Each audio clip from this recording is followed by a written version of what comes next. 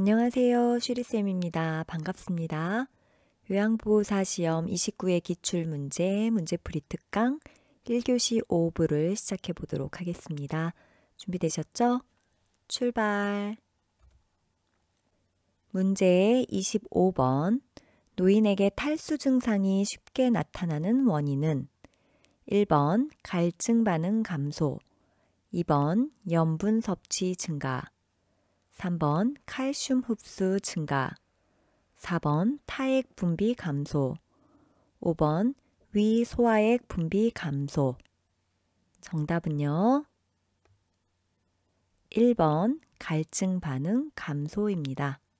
자, 이 문제는요, 노인의 영양 중에서 수분 섭취와 관련된 문제였어요. 탈수 증상이라는 건 몸에서 물이 빠져나가서 문제가 생기는 거거든요. 그 원인은 첫 번째, 물을 잘 안 마시는 것이 문제고요. 두 번째는 몸속에서 물이 많이 빠져나가는 게 문제예요. 요 두 가지가 탈수 증상을 일으키는 원인인데요. 몸에서 물이 빠져나가는 경우는요, 땀을 많이 흘리는 경우, 그 다음 오줌을 많이 싸는 경우, 그 다음에 설사 같은 걸로 물이 쫙쫙 빠지는 경우 있죠? 이런 경우가 해당된다고 보면 되겠습니다. 그러니까 여름철에 땀 많이 흘릴 때, 그 다음에 뭐 카페인 성분이 들어있는 커피나 이런 거 많이 마셔갖고 오줌 쫙쫙 싸면, 그리고 설사로 물이 막 빠져나가면, 이러면 탈수가 생기는 거죠. 1번부터 보시면요, 갈증 반응 감소, 이것이 정답이었어요. 그런데 이제 29회 선생님들하고 정답을 복원하다 보니 염분 섭취 증가 쓰고 틀리신 분이 굉장히 많더라고요.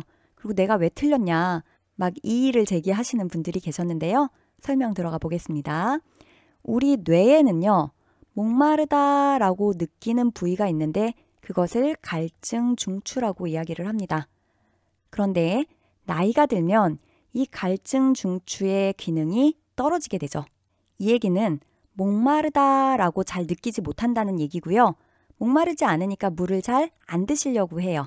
물을 안 드시면 수분이 부족해서 여러 가지 문제가 발생할 수 있는데 그것이 이제 탈수 증상이죠. 그래서 정답은 1번이 맞습니다. 2번 볼게요. 염분을 많이 섭취하는데 이건 노화의 특성이 많거든요. 염분을 많이 섭취하는 것이 탈수 증상하고 관련이 있지 않느냐? 네, 물론 관련이 있습니다. 우리가 바닷물에 빠졌다고 생각해 볼게요. 그러면 목이 너무 말라서 바닷물을 먹게 되면 더 빨리 죽는다는 말 들어보셨죠? 왜냐하면 바닷물의 농도는 우리 혈액의 농도보다 훨씬 더 염분 농도가 높기 때문에 혈액의 염분 농도가 엄청 높아지면 무슨 일이 벌어지느냐? 세포로부터 물이 빠져나와서 혈액의 농도를 낮추려고 해요. 그러면 세포가 쪼글쪼글해지고 물이 없어서 제 기능을 잘 못하게 됩니다. 구토가 나고 어지럽고 별별 반응이 다 일어나면서 문제가 발생할 수 있는 겁니다. 그런데 이거는요, 어디에? 바닷물에 빠졌을 때 얘기예요. 즉, 내가 순수한 물을 먹고 싶어도 먹을 수 없을 때의 얘기죠. 그럼 다시 문제로 가볼게요. 염분을 많이 섭취를 하세요. 그러면 뭐를 많이 마시면 돼요? 목마르다라고 느끼고 물을 많이 마셔주면 됩니다. 그런데 우리 어르신들은 목마르다라고 잘 느끼지 못해서 물을 잘 안 마신다고요. 그것이 문제라는 거죠. 그래서 정답은 1번인 겁니다. 되셨나요? 조금 애매한 문제고 어려운 문제였어요. 이 염분 섭취 증가와 관련된 내용을 더 깊게 얘기하자면 제가 전공 수준으로 얘기를 해야 돼요. 생물 전공 수준으로.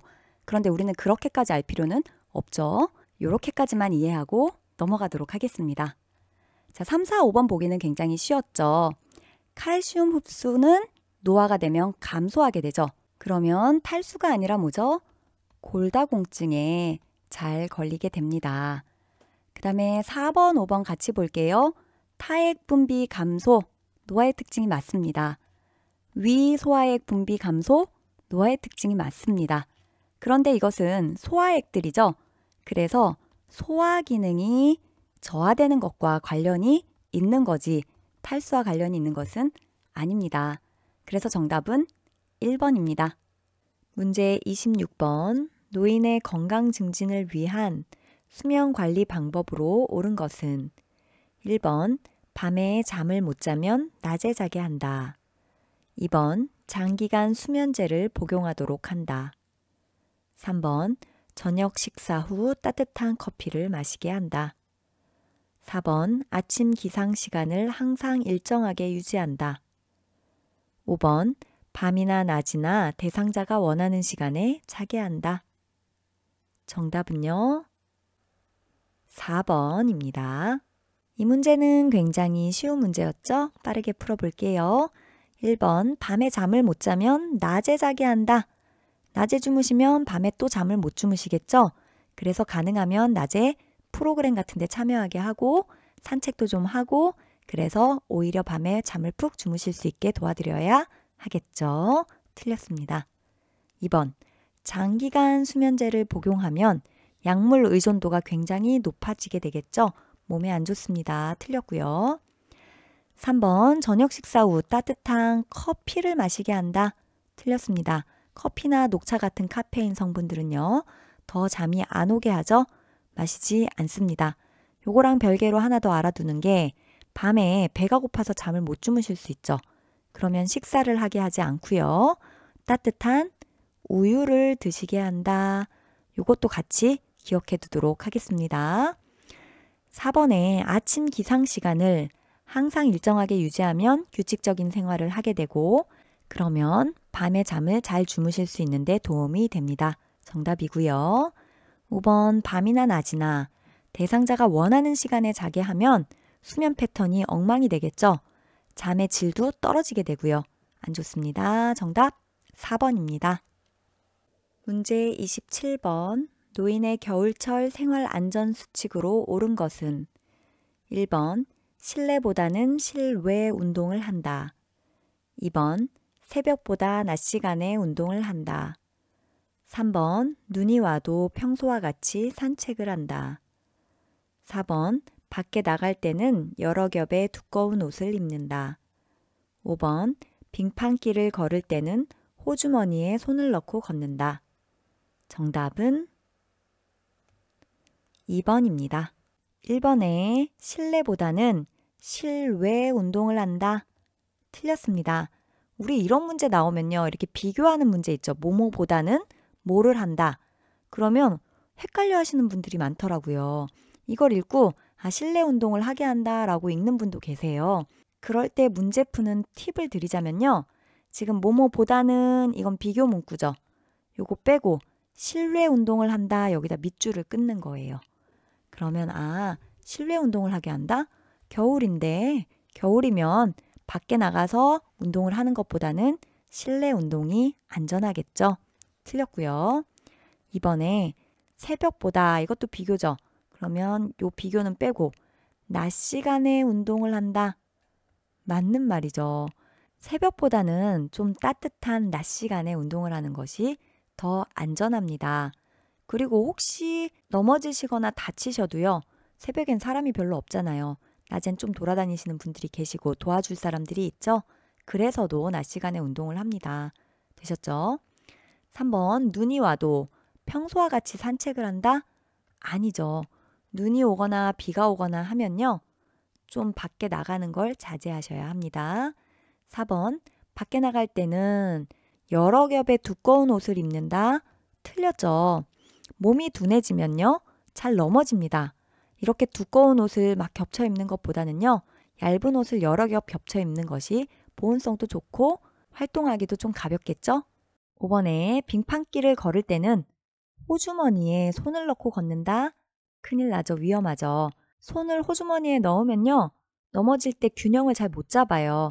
그리고 넘어질 때 손으로 짚고 넘어져야 좀 덜 다치는데 손을 넣고 있으면 위험하겠죠? 그래서 정답은 2번입니다. 문제 28번. 식전에 입안을 헹구는 이유로 옳은 것은 1번 치석 제거, 2번 염증 예방, 3번 식욕 증진, 4번 타액 분비 감소, 5번 위액 분비 감소. 정답은 3번 식욕 증진입니다.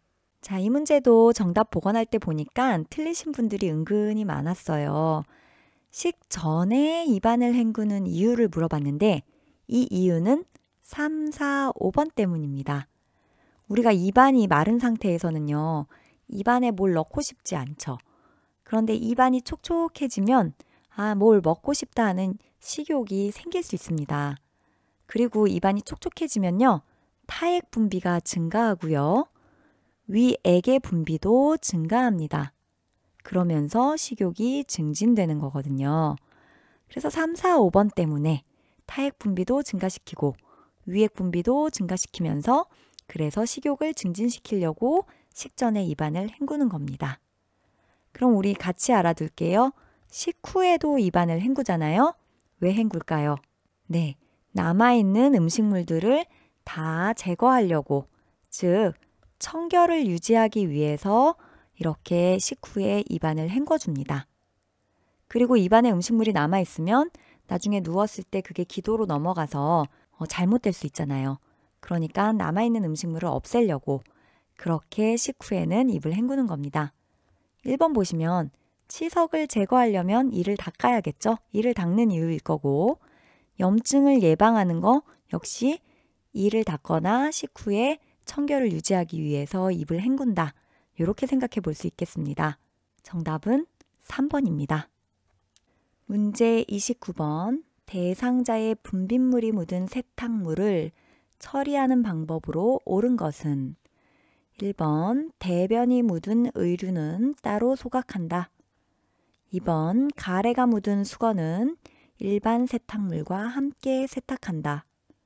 3번 대변이 묻은 이불은 장갑을 끼고 처리한 후 손을 씻는다. 4번 혈액이 묻은 수건을 뜨거운 물로 세탁한 후 찬물로 헹군다. 5번 분비물이 묻은 침구류는 일정 기간 모아두었다가 세탁한다. 정답은 3번입니다. 대변이 묻은 의류는 따로 소각한다, 태워버린다. 태우나요? 그럼 남아나는 의류가 없겠죠? 따로 세탁을 해야겠죠. 틀렸습니다. 이번에 가래가 묻은 수건은 더럽죠? 일반 세탁물과 함께 세탁하지 않고 분류해서 따로 세탁하셔야 합니다.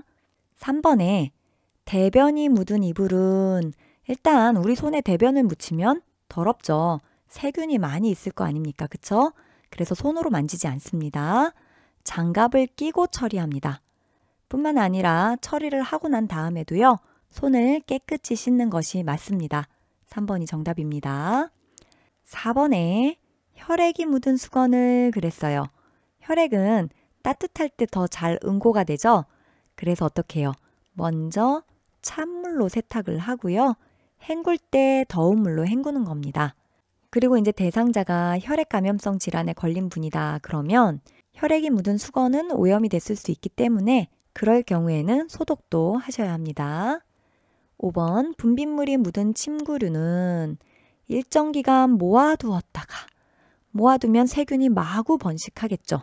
축축하기도 하고 더럽기도 하니까요. 그래서 모아두지 않고 바로바로 세탁해야 합니다. 정답은 3번입니다. 문제 30번. 지진 발생 시 안전하게 대피하는 방법으로 옳은 것은 1번 방에 들어가 문을 잠근다. 2번 높은 건물 근처로 대피한다. 3번 의자 뒤에 서서 등받이를 잡는다. 4번 식탁 아래로 대피하여 몸을 웅크린다. 5번 승강기를 타고 신속히 외부로 대피한다. 정답은 4번입니다. 자, 지진이 발생했어요. 그러면 흔들림이 느껴지는 동안에는 어떻게 하셔야죠? 바깥으로 나가시지 않고 내 몸을 보호해야죠. 지진이 막 나서 흔들림이 있을 때는요. 물건이 막 떨어지고 유리가 깨지고 이럴 수 있잖아요. 그렇기 때문에 내 머리, 내 몸을 보호하기 위해서 탁자나 식탁 아래로 대피해서 식탁 다리를 붙잡고 계셔야 됩니다. 그러다가 흔들림이 멈추면 그때 건물 밖으로 대피하셔야 합니다. 근데 어떤 곳으로 대피를 하셔야 되냐면 주변에 높은 건물이 없고 그게 쓰러지면 나한테 덮칠 거 아니에요. 그쵸? 그래서 뭐가 없는 넓은 공간, 그런 데가 어디죠? 운동장이나 공원, 이런 곳으로 대피를 하셔야 합니다. 넓은 곳. 되셨죠? 1번 방에 들어가 문을 잠근다? 이상한 행동이네요. 어떻게 해야 되죠? 몸을 먼저 피신한 다음에는 바깥으로 빨리 나가야 되는데 문 잠그고 들어가 앉아 있으면 안 되겠죠? 2번 높은 건물 근처로 대피한다. 틀렸습니다. 이 높은 건물이 무너지면 크게 다치죠. 그래서 건물이 없고 넓은 공간인 운동장이나 공원 같은 데로 이동을 하셔야 합니다. 3번에 의자 뒤에 서서 등받이를 잡는다. 역시 이상한 행동이죠. 등받이 잡고 같이 넘어가겠네요. 그쵸? 피신해야 합니다. 4번 식탁 아래로 대피하여 몸을 웅크린다. 네, 모범 답안이네요. 5번 승강기를 타고 신속히 외부로 대피하면 멈출 수도 있겠죠. 승강기가. 전기 문제가 발생하고 화재 문제가 발생하잖아요. 그렇기 때문에 어디로? 계단을 이용해서 대피하셔야 합니다. 정답은 4번입니다. 오늘 강의는 여기까지입니다. 구독과 좋아요 누르는 거 잊지 말아 주시고요. 알림 설정 해놓으시면 제가 강의를 올렸을 때 빠르게 안내받으실 수 있습니다. 조금만 기다렸다가 1교시 6부에서 만나도록 하겠습니다. 좋은 하루 되세요. 열공!